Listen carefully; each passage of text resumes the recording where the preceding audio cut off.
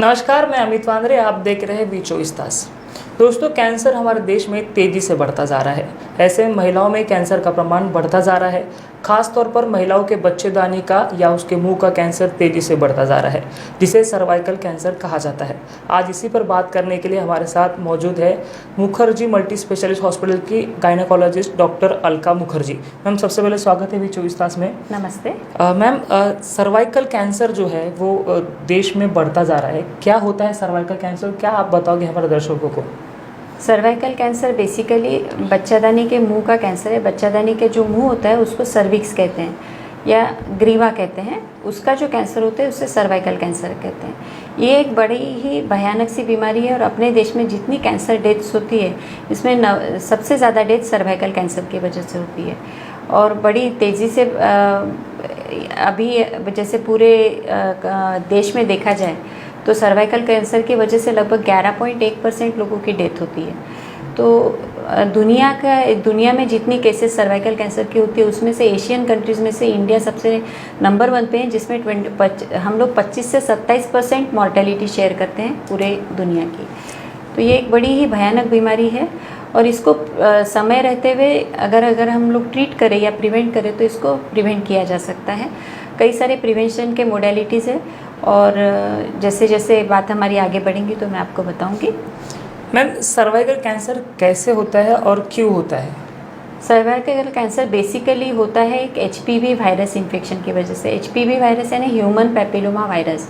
इसमें कई प्रकार के स्ट्रेंथ होते हैं। जो 16 और 18 नंबर की स्ट्रेंथ होती है उसकी वजह से ये सर्वाइकल कैंसर होता है और ये सर्वाइकल कैंसर वैक्सीन जो है ये अभी गए 7 से 8 साल में इंडिया में आई है और इसकी वजह से काफ़ी तेज़ी से इसका प्रभाव कम होना शुरू हुआ है।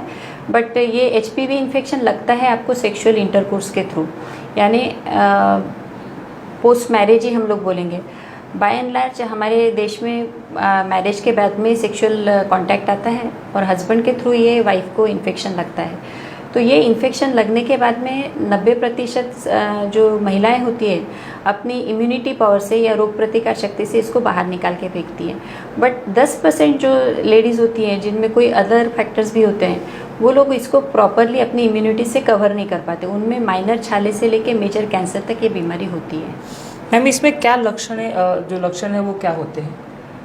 जैसे महिला को लेडीज़ लोगों को सफ़ेद पानी की शिकायत होती है, उसमें दुर्गंध आना या बदबू आना, या इंटरकोर्स के बाद में सेक्सुअल इंटरकोर्स के बाद में उनको ब्लीडिंग शुरू होना या पीरियड के बीच बीच में ब्लीडिंग शुरू होना, नीचे के पेट में दर्द होना, पेशाब करने में तकलीफ़ होना। ये कुछ प्रकार के जो साइंस है ये महिलाओं को अगर समझ में आते हैं तो तुरंत डॉक्टर को कांटेक्ट करना चाहिए, तो इससे बचाव हो सकता है। सर्वाइकल कैंसर के बचने के लिए क्या हम कर सकते हैं जिससे वो ना हो?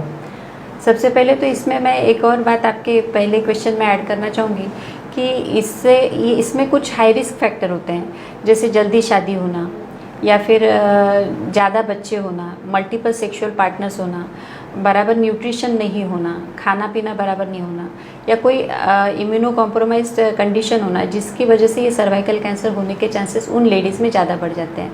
अब जैसे आप प्रिवेंशन के लिए पूछे हो तो प्रिवेंशन के बारे में इसमें प्राइमरी, सेकेंडरी और टर्शरी 3 लेवल पे हम लोग प्रिवेंशन कर सकते हैं। सबसे पहले मैं बात करना चाहूँगी HPV वैक्सीन पे।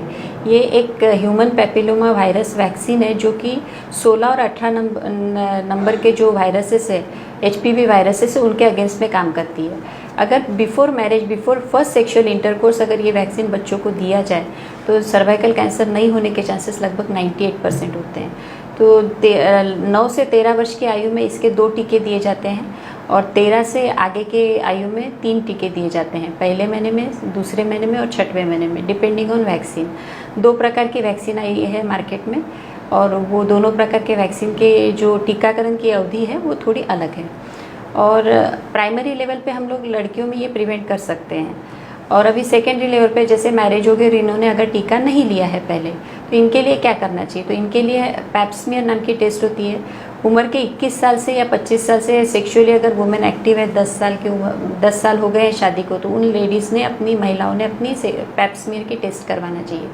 तो पैप्समियर की टेस्ट एक छोटी सी टेस्ट होती है जिसमें आप बच्चादानी के मुंह से या ग्रीवा से सफ़ेद डिस्चार्ज, जो वाइट डिस्चार्ज होता है, उसको स्लाइड पे लेते हैं और उसको टेस्ट करने के लिए भेजते हैं। उसमें अगर आपको प्री कैंसरस कोई लीजन दिखाई दिया या कैंसर के कोई लक्षण दिखाई दिए तो आप आगे की टेस्ट करते हैं। तो आगे की टेस्ट बोले तो दूरबीन की एक टेस्ट होती है और उस दूरबीन की टेस्ट को हम लोग कोल्पोस्कोपी कहते हैं। तो कोल्पोस्कोपी से हम लोग जांच कर सकते हैं कि पेशेंट को कोई सर्वाइकल कैंसर के कोई साइन सिम्टम्स है या कैंसर डायरेक्टली है या नहीं है करके। मैम, भारत में सेक्सुअल जो एजुकेशन है वो बहुत काफ़ी कम है। ऐसे में लोगों को ये पता नहीं होता है कि उनमें जो इन्फेक्शन हो रहा है वो किस चीज़ का है। तो ऐसे में ऐसे लोगों का आप क्या बताओगे कि अगर कुछ प्रॉब्लम आती है तो कितना इम्पोर्टेंट हो जाता है डॉक्टर के पास जाना? बराबर, सही सवाल पूछा आपने। बेसिकली अपने देश में प्रिवेंटिव मेडिसिन का यानी बचावात्मक जो मेडिसिन है उसका कोई उपयोग ही नहीं करते। सब लोग कुछ बीमार पड़े तो ही डॉक्टर के पास जाते हैं। सभी लेडीज़ ने 35 की एज के बाद में डॉक्टर के पास में जाके पैप्समियर करवाना चाहिए और अपने बच्चों को ये HPV का टीका लगाना चाहिए। अभी तक जनरल पब्लिक को या जनरल आम जनता को ये पता ही नहीं चला है कि इस प्रकार का कोई टीका उपलब्ध है। तो ये उनके डॉक्टर की भी रिस्पॉन्सिबिलिटी, उनके गायनेकोलॉजिस्ट की या उनके जो जनरल प्रैक्टिशनर उनकी रिस्पॉन्सिबिलिटी कि HPV का टीका आया है और वो उन्होंने लगाना है बच्चों को। और महिलाओं को अगर थोड़ी बहुत भी शिकायत कोई प्रकार की इस तरह की होती है कि जैसे दुर्गंध आ रही है या फिर वाइट डिस्चार्ज हो रहा है या फिर जैसे पेट में दर्द हो रहा है तो डॉक्टर के पास जाना चाहिए और अपने टेस्ट करवा लेना चाहिए। और 35 साल के बाद में तो उन्होंने प्रिवेंटिव मेडिसिन के अंतर्गत उन्होंने डॉक्टर के पास जाके अपनी पैप्समियर की टेस्ट करवा लेनी चाहिए। मैम, आपने कहा कि दूरबीन की एक टेस्ट होती है, तो वो क्या होती है जो दर्शक आसानी से समझ सके? अच्छा, इसको दूरबीन के टेस्ट को कोल्पोस्कोपी बोलते हैं और ये आपकी मतलब आपको कोई एनेस्थेशिया नहीं दिया जाता। सिंपल आपको OPD टेस्ट होती है, 15 से 20 मिनट की टेस्ट होती है। इसमें आपको नीचे के आपके जो प्राइवेट पार्ट्स है उसमें दूरबीन के थ्रू देखा जाता है। जो जैसे पेट में डाल के दूरबीन को देखते हैं उसको लैप्रोस्कोपी बोलते हैं। तो ये जो नीचे से डाल के दूरबीन को देखते हैं इसको कोल्पोस्कोपी बोलते हैं। और ये कोल्पोस्कोपी करने का तरीका बड़ा ही आसान होता है, कोई एनेस्थेशिया की ज़रूरत नहीं है। छोटा सा एक इंस्ट्रूमेंट होता है और उसको आपको अंदर डाल के लाइट से देखा जाता है। नॉर्मल आइज से जो दिखाई देता है उससे इसमें 10 गुना ज़्यादा बड़ी इमेज दिखती है और आप ठीक से पहचान सकते हैं कि कहाँ पे कैंसर है। एक एसिटिक एसिड नाम की टेस्ट होती है जो कि उसको बच्चादानी के मुंह को उसको अप्लाई किया जाता है और उससे देखा जाता है कि कहीं आपको एसिटोवाइट एरिया है या नहीं है। और अगर ज़रूरत पड़ी तो उसमें से बायोप्सी यानी उसमें से टुकड़ा लिया जाता है तभी के तभी और उसको चेकअप के लिए भेजा जाता है। HPV टेस्ट के अलावा और कोई टेस्ट इसमें होती है? जैसे कोल्पोस्कोपी के अलावा अगर हम लोगों को सस्पिशन है तो हम लोग HPV DNA नाम की टेस्ट करते हैं। ये HPV DNA टेस्ट भी बहुत ही इजी है। जैसे आप पैप्समियर लेते हैं वहीं से वही सेल्स में से आपको HPV है या नहीं ये समझ में आता है। फिर HPV में आप हाई रिस्क वायरस से अफेक्टेड हो या लो रिस्क वायरस से, इसकी भी रिपोर्ट आती है। तो इसको ट्राइज कहा जाता है और ये बहुत ही इंपॉर्टेंट होता है। मैम, ये जो सर्वाइकल कैंसर है वो सभी महिलाओं को होता है या फिर विशेष महिलाओं को होता है? नहीं, सभी को नहीं होता है बट चांसेस काफ़ी हाई रहते हैं। हर लेडीज़ में इसके होने के चांसेस रहते हैं। बट जिसमें जैसे HPV इन्फेक्शन है, जैसे कोई हाई रिस्क पेशेंट है जिसको जैसे TB है या HIV है जिसकी इम्यूनिटी कॉम्प्रोमाइज्ड हो गई है या फिर मल्टीपल सेक्सुअल पार्टनर्स है या तो पेशेंट के या फिर उनके सेक्सुअल पार्टनर के मल्टीपल पार्टनर्स है, तो वो पेशेंट्स को भी ये लगने का HPV लगने का डर रहता है। सर्वाइकल कैंसर में क्या सिर्फ महिलाओं ने जांच करना चाहिए या फिर पुरुष जो है वो भी अपनी जांच करा सकते हैं इसके लिए? अभी इस बारे में मैं कहना चाहूँगी कि इंडिया अपना देश काफ़ी पिछड़ा हुआ है।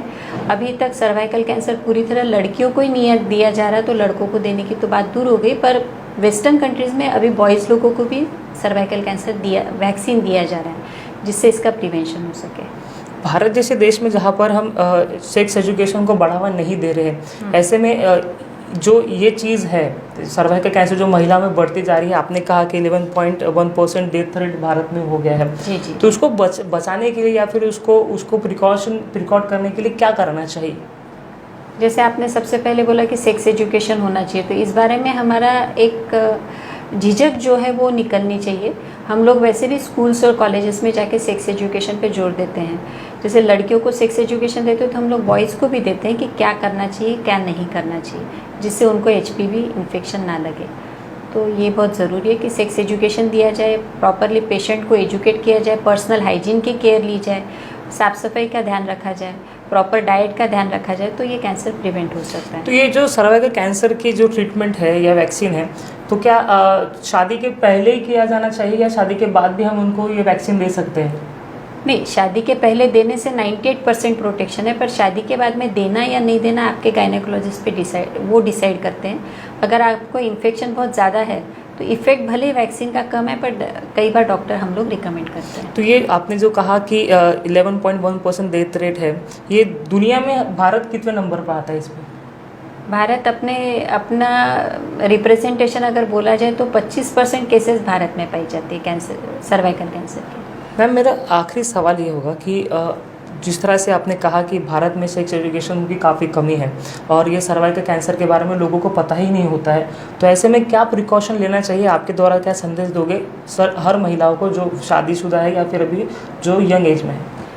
मेरा सभी को यही कहना रहेगा कि सबसे पहले आप अपने लड़कियों को, अपने बच्चों को जो पहले तो घर पे अच्छी सीख दो ताकि बच्चे प्री मैरिटल सेक्स में ना जाए और उनका सेक्स एजुकेशन हो, उनको जो पॉजिटिव पॉइंट्स है और नेगेटिव पॉइंट्स है अर्ली सेक्स के बारे में समझाया जाए। लड़कियों की शादी जो है उसकी उम्र थोड़ी बढ़ाई जाए, 18 साल के पहले किसी की शादी ना हो, लगभग 20 से 22 साल की उम्र में शादी हो तो उनका सेक्सुअल एक्सपोजर थोड़ा कम होगा। तीसरी बात, अपनी लड़कियों को आप इम्यूनाइजेशन अर्ली से अर्ली करवा दें, यानी जल्द से जल्द अपने बच्चों को HPV का टीका लगवाएं। अगर उसके बाद में भी आपने अगर टीका नहीं लगाया और बच्चे की शादी हो गई है तो शादी के बाद में भी आप अगर जितना जल्दी हो आप HPV का टीका लगवा सकते हैं। तीसरी बात, अगर आपको कोई भी प्रकार का इस प्रकार का अपने को मतलब सफ़ेद पानी जाना या इस प्रकार की कोई भी शिकायत अगर नज़र आती है तो आपने तुरंत डॉक्टर के पास जाना चाहिए और अपनी ट्रीटमेंट करवा लेना चाहिए। मैम, HPV वैक्सीन के क्या फ़ायदे हैं? HPV वैक्सीन के फ़ायदे, HPV इन्फेक्शन जहाँ पे भी होगा उसकी वजह से फ़ायदा होगा। HPV की वजह से आपको वजाइनल कैंसर हो सकता है, यानी योनि मार्ग का कैंसर, या उसके बाहर का कैंसर है, वल्वल कैंसर है, या मुंह का कैंसर हो सकता है। तो इतने प्रकार के कैंसर को ये HPV वैक्सीन रोक सकता है। तो इसलिए HPV वैक्सीन बड़ा फ़ायदेमंद होता है। पेशेंट अगर लेता है एक बीमारी के लिए, पर फ़ायदा आपको 7 से 8 बीमारियों में। इसमें 2 प्रकार के वैक्सीन होते हैं, एक सर्वेरिक्स नाम से और एक गार्डासिल नाम से। ये जो सर्वेरिक्स वैक्सीन है इसमें 2 प्रकार के कैंसर स्ट्रेन के अगेंस्ट में, जैसे 16 और 18, और ये वैक्सीन लगभग 2400 रुपये का होता है।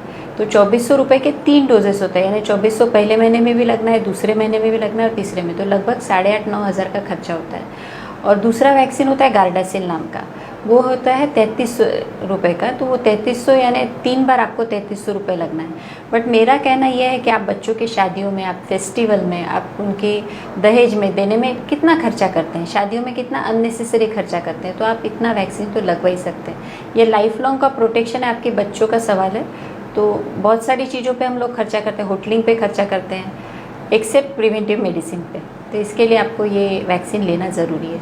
दूसरी बात आई आपकी पैप्समियर टेस्ट की। तो पैप्समियर की टेस्ट जो होती है वो 800 से 1200 रुपये के बीच में होती है। तो इतना भी महंगा टेस्ट नहीं है कि आप करवा ना सके।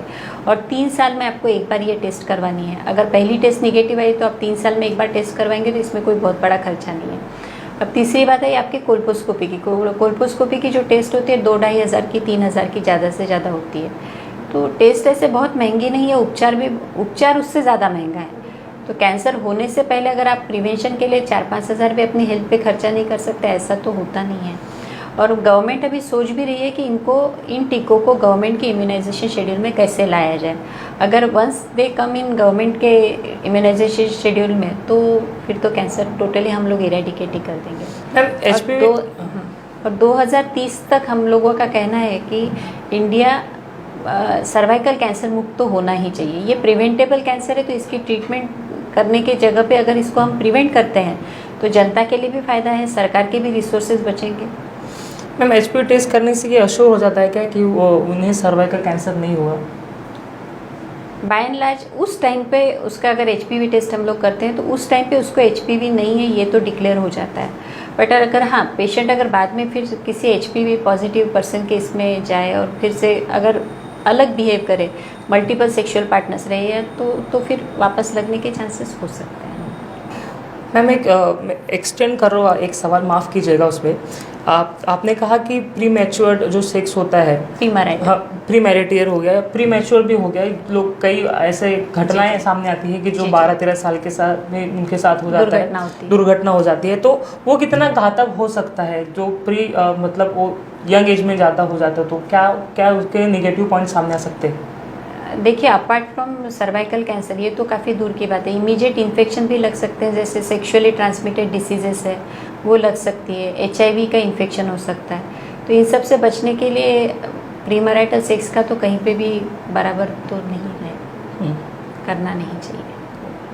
तो दोस्तों, आपने अलका मुखर्जी मैम को सुना, जिन्होंने सर्वाइकल कैंसर के बारे में हमें विस्तृत जानकारी दी है। तो मुझे ऐसा लगता है कि सर्वाइकल कैंसर के बारे में जो जानकारी आपको चाहिए होंगी, तो ये वीडियो देखने के बाद आपको इस बारे में जो जानकारी है वो मिल गई होगी। तो और भी इनके बारे में, और भी किसी विषय के बारे में अलका मैम से हम बातचीत करेंगे और जानेंगे कि क्या उसमें हो सकता है।